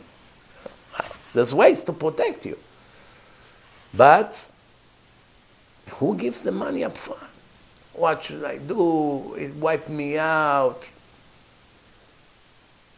Well, that's what happened. This person has extremely good heart. This person who it happened to him. The heart is so good that almost always will overcome the brain. Why? That's why someone like this need a babysitter, spiritual babysitter, a rabbi that knows what to tell him to do. Otherwise he's destroyed. He will always go with his heart and people will take advantage on him. There's a lot of evil people, ungrateful people. This is another example how you have to be very careful not to trust just people. You have to be very careful today. Unfortunately, people are not decent. Someone brings you into his home, help you, take care of you, feed you, let you a place to sleep, and you go with someone else and make a scam against him. Why is it? That's when I say that some people are much, much worse than animals. A dog is very faithful to his owner. Animal, you give them food, they appreciate you. Sometimes you see all these videos, somebody lives with lions, this, takes care of them since they're babies, they love their owner. Even though you can never trust them 100% because sometimes it can end in a tragedy. But you have people that have big tigers living in their homes. They actually come in contact with them 20 years. Why this tiger doesn't swallow him? He is my happiness, this man. He feeds me, he washes me, he takes care of me, he hugs me. Why would a tiger eat him? He goes against himself. All you have to do is to make sure he's never hungry. Keep giving him food. Why will he eat his own master? Unless he tortured him. Oh, like in a circus. Someone that is sharp, once he finally make a decision after reviewing all the doubts, usually will be the right decision. Not always. There's always an exception to the rule, but usually. Usually when a person is going into a situation that is difficult for him to decide, the difficulty is emotional, not intelligence-wise. Emotional, the feelings, the desire, what I like, what I don't like, this one more, less, all these challenges. The brain knows what it needs to decide. A person that decides based on brain only is much easier for him to make decisions. I eliminate my feelings. Don't you have feelings to your cousin? Why are you so tough with him? I love my cousin. My cousin come tomorrow and ask me for help, I'll go and help him. But what does it have to do with love or not? Right now is a business decision. His offer is not good for my business. I have to make the decision based on my head, not on my love to him. It's a decision that has to be made in a proper way. The difficulty is when the emotions take over, and that's what happened to everyone, almost every person. For instance, the internal powers working on you as resistance right now against the brain. Some of it comes from the subconscious, from the unknown. Let's give an example. We have a posek halachot, a rabbi, and we have a dayan. Posek and dayan. What's the difference? Dayan sits in a bed din, and he's like a judge. Posek is a big rabbi that you come, ask him question in halacha, he checks the case, and he gives you a psak halacha. There are many people who learn many years Torah in yeshivot. They learn very well every topic of the Gemara. They know all the shitot, all the poskim, all the machlokot, everything. They know in each subject what is the right psak halacha. They know. They know, in this case, halacha like tzot hachoshen. Over here, like netivot hamishpat. They know all this. They know what is it, the din when it's a majority against certainty and all these rules that we have. They know when it's a doubt from the Rabbanan and when it's a doubt from the Torah. They know all the machlokot. But many of them refuse to be poskei halacha. Come on, this big rabbi passed. We need someone. Come be the authority. Be the chief rabbi. Tell us what to do. No, I don't want. What do you do? No, I want to continue to learn. Well, you're learning already 60 years. Come be the main judge. No, I don't want. Because they are afraid to accept on themselves the responsibility of ruling to people what to do. Why do I need this responsibility? One time I make a mistake, I can hurt the soul of a person or someone else, innocent. Why do I need that for? Even though they know all the answers perfectly, what's right, what's wrong, what's allowed, what's not allowed, they refuse to act as official judges. But sometimes you can force them to be a judge. That's you, the only one. You have to tell us what to do. There's no one else. So he has no choice. He will force himself to overcome his emotions and give the answer. There's no choice situation. So next time you do the same thing to him. If he doesn't do it to himself, you force him to answer. There's no one else, Rabbi. You have to give me the answer. It's an emergency. Tell me. He answer again, and he answer again, and he answer again. Every time he rule, he has less guilty feelings and less fear. Until he's ready for the job. The difficulty of accepting the decision is emotional. Person is not aware of it. If a person has a doubt about something, there are many powers who pull him to different directions. He is not aware that they are affecting his emotions. That's why it's so complicated for him to make a decision. Some people, because they have in the subconscious all kinds of things, they don't understand that they're affecting his desires, his feelings, his behaving, his decisions, his fear, happiness, revenge, jealousy. Most people don't know to recognize what influence on me and what doesn't. From inside. How the internal power influence the brain. My traits, my talents. How can I maneuver them and control them and push them to the right direction? For instance, if you don't like the color red, everything that is red, you will never buy it. You will know to explain why you hate red, based on logic. But it comes from the subconscious, that's really the real reason.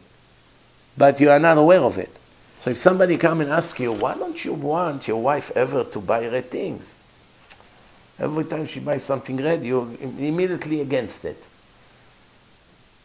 Wow, what do you mean? It's not modest, it's too flashy, it's this, it's that. You give a logical explanation. That's not the main reason.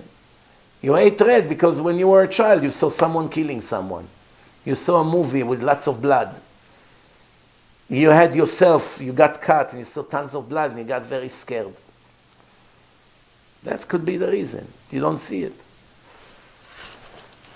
We will finish just with one comment that I wrote to myself when I reviewed this book.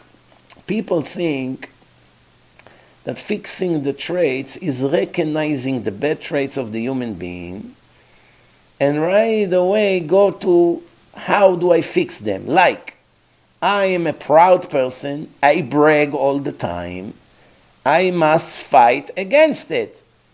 How do I fight pride? I learn a lot about pride in the holy books.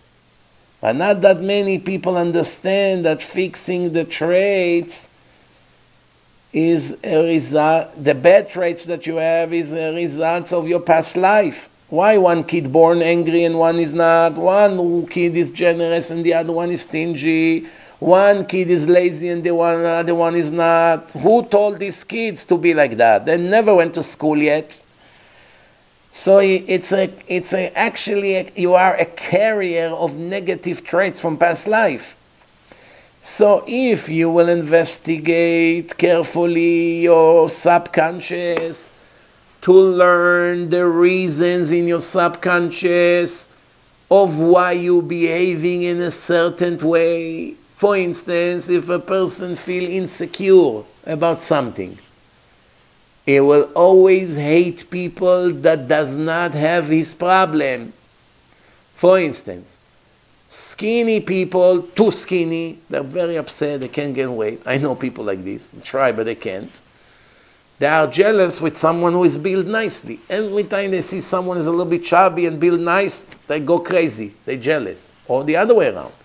People that are way overweight, they have a dream one day to have a perfect body. Every time they see someone with this body, especially flashing with that, immediately trigger pain by them. People that are poor and have the dream to be rich, every time they see a fancy car or someone that has a nice house or nice watch or anything like that, immediately burns them out. Or someone that is extremely stupid, every time he sees somebody smart in a family, everybody gives him compliment, it kills him. And that's how it always are. People immediately look and focus on what they don't have. So if a person will see every time I'm around this person, it caused me to behave in a certain way, or every time I come to learn by this speaker, this is how I react, he doesn't know the source of the problem. He is not smart enough to understand that he only understands the symptoms. Why you always argue with this speaker? Why everything you say you criticize? But you continue to keep coming and listening and you're still complaining. So if you ask him why you're doing it, he's going to find reasons based on the symptoms, but he doesn't know the root of the problem. The root of the problem is that inside his nefesh, in his subconscious, everything the speaker say kills him because he knows he's right. And he knows everything he says, it applies to him. But the pain is so severe, he cannot live with that pain. That's why he will always find bad in him and the speaker himself and that and his son and his wife. He will find what to say. Why? Not because that's really what bothers him, because it's very painful to admit that I myself have these problems and I never overcome them. Therefore, you will always find defects in others. You will always look to put them down. And you don't understand why you're actually doing it. Sometimes after the fact you regret. Your wife will tell you, why did you behave like this? Why did you put this person down? Why do you have to insult people every time we go to public places? Why you have to become violent? Why every little comments you're right away ready to give someone a punch? Why? So at the time he gets angry when she tells him the truth. It makes him even more furious. Oh, you're taking him side? You take his side? Oh. But 2 hours later, when he comes down, his anger and the ego relaxed, he begins to eat his heart. Why I'm always like this? Why he's always like this? Why he puts him down? Because once he sees something in that person that he doesn't have, it makes him suffer.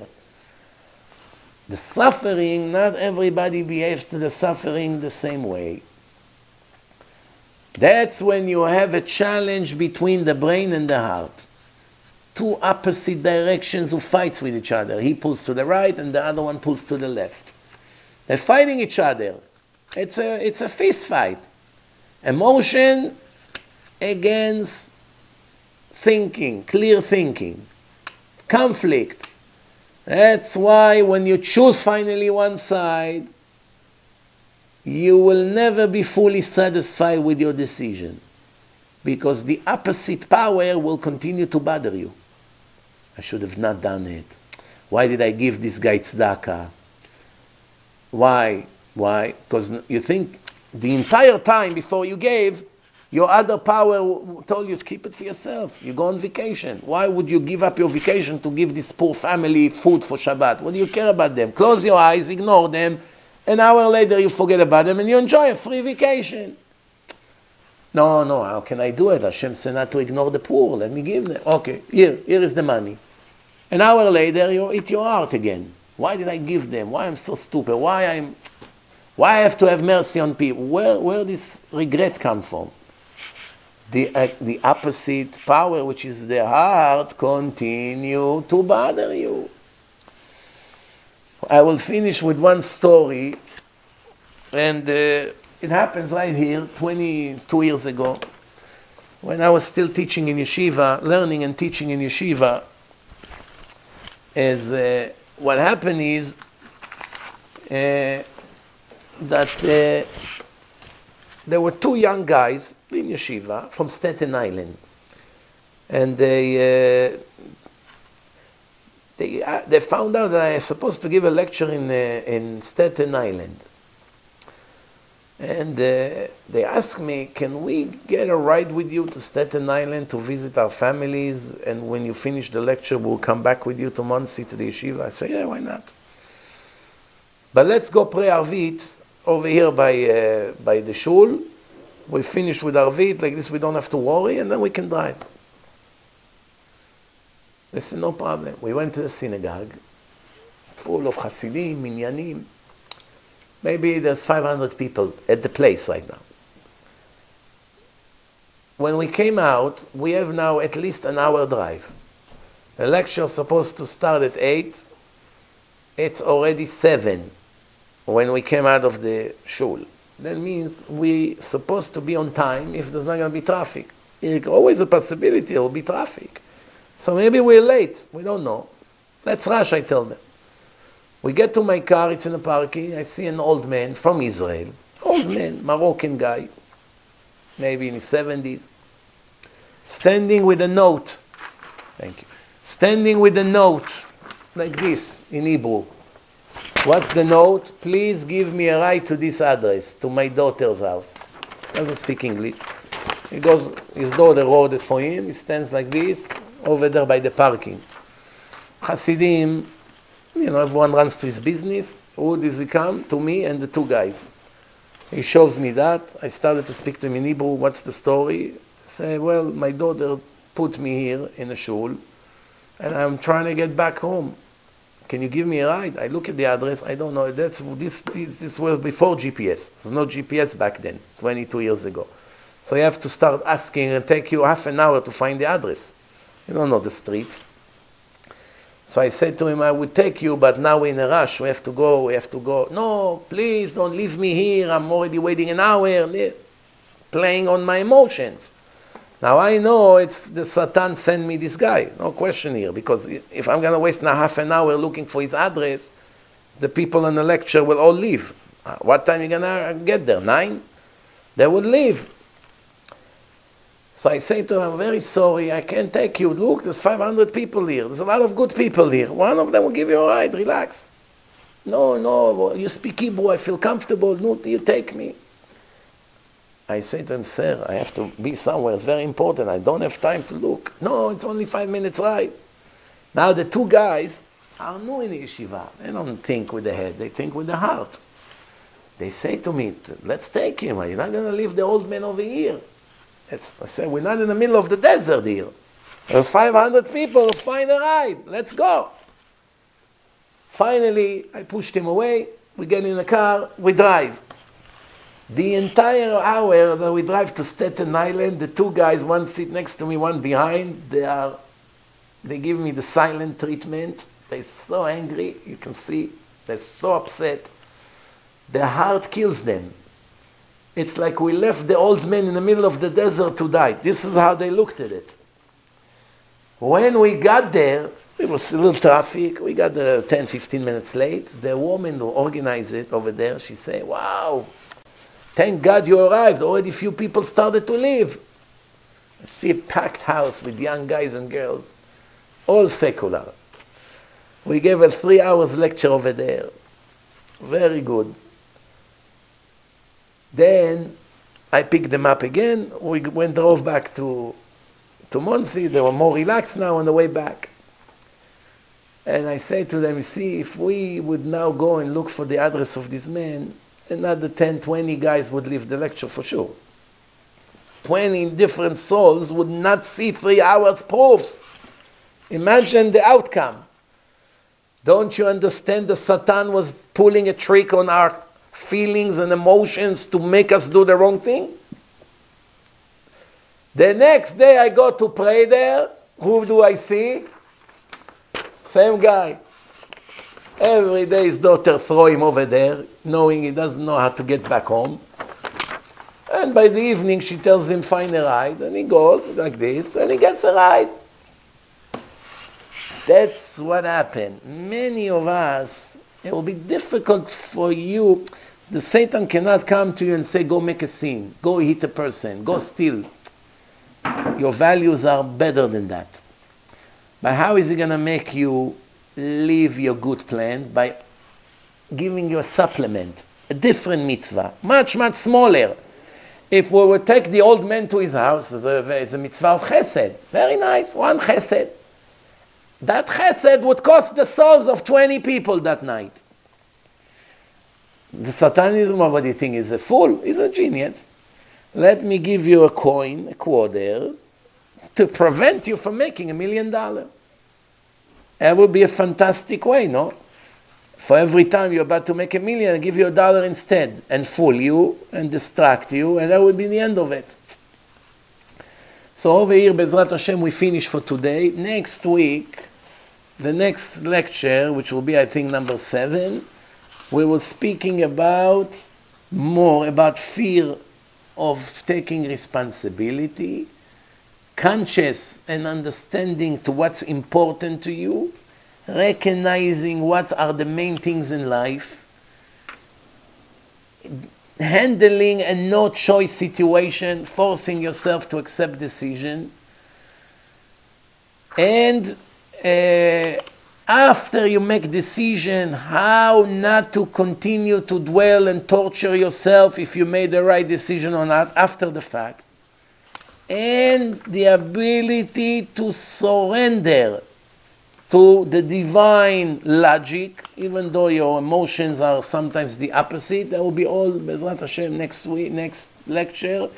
Until then, I would love everybody that listens, like I said last lecture, to share this lecture with other people. Send it. People that cut parts from the lecture and send them, that's fantastic, it's very good. Now, people that it's very hard for them to listen to 2 hours, they can listen on YouTube and times 2 or times 1.5. It makes it much faster. Instead of 2 hours, it's 1 hour. You hear the whole thing. Baruch Hashem, this series is already saving lives of a lot of people. I get a lot of good response about it, even from non-Jews, that tell them that they already got the answers to a lot of dilemmas they had in life. Please take advantage on it. Baruch Adonai L'olam, Amen ve'amen.